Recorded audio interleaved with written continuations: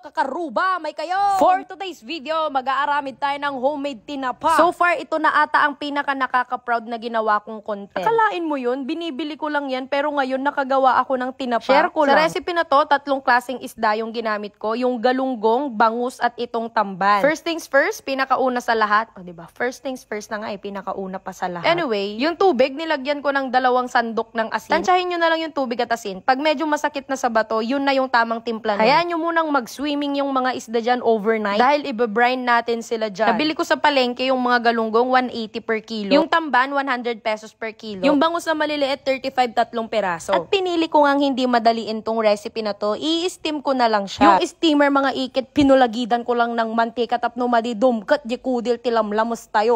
Narigatan baka malabusan dagito lamos. O ihilera mo lang dyan alphabetical. Tanungin mo yung apelyido ng mga isda kung sumagot, go! O diba ang fresh ng galunggong 4 na perasong tinapa sa palengke 35 pesos, wag na lang. O di ganyan, nung nahilera na, i-steam lang natin siya ng 10 to 15 minutes. Tapos after nyo siyang i-steam, patutuyuin nyo lang siya. Hindi ko na siya tinanggal dyan na mismo. Pinayang-yangak lang ante. O di ganyan, after patuyuin, maglalagay tayo ng aluminum foil sa steamer. And then mag-a-add tayo dito ng bigas, tsaa. Kahit anong tea yan ante, pwedeng green tea, pwedeng red tea, yellow tea, wag lang yung slimming tea. Baka naman pumayat yung mga tinapa nyo. Sayang effort nyo. Kung gusto nyo naman na mas mapula yung mga tinapa ninyo, dadagdag lang kayo dito ng bigas. Ganern. So ayun, yung lianera, maglalagay tayo dito ng uling na may baga. And then naglalagay din ako dito ng himulmol ng nyog. At para mas lumakas yung usok niya, naglagay ako ng mantika dun sa baga ng uling. Steam ko lang siya ng 1 hour. Pero kung hindi naman, kung gusto nyong ma-achieve yung sobrang pulang tinapa, magdagdag lang kayo ng maraming bigas tapos mas tagalan nyo pa yung pag-smoke nito. After ko siyang i-smoke, diniretso ko na siyang prito dahil talagang naiintriga na ako kung ano ba talagang magiging outcome nito. And no joke, talagang tinapang-tinapa yung lasa niya. Well, mas masarap pa nga to kesa sa mga nabibili sa palengke. Hindi dahil sa gawa ko siya, pero as in, tinapa talaga yung lasa niya. Nakaka-proud ka naman self. And sa 3 klaseng isda ng ginamit ko sa paggawa ng tinapa, favorite ko dito yung galunggong. Sana all favorite. Try nyo to sa bahay para hindi kayo bili ng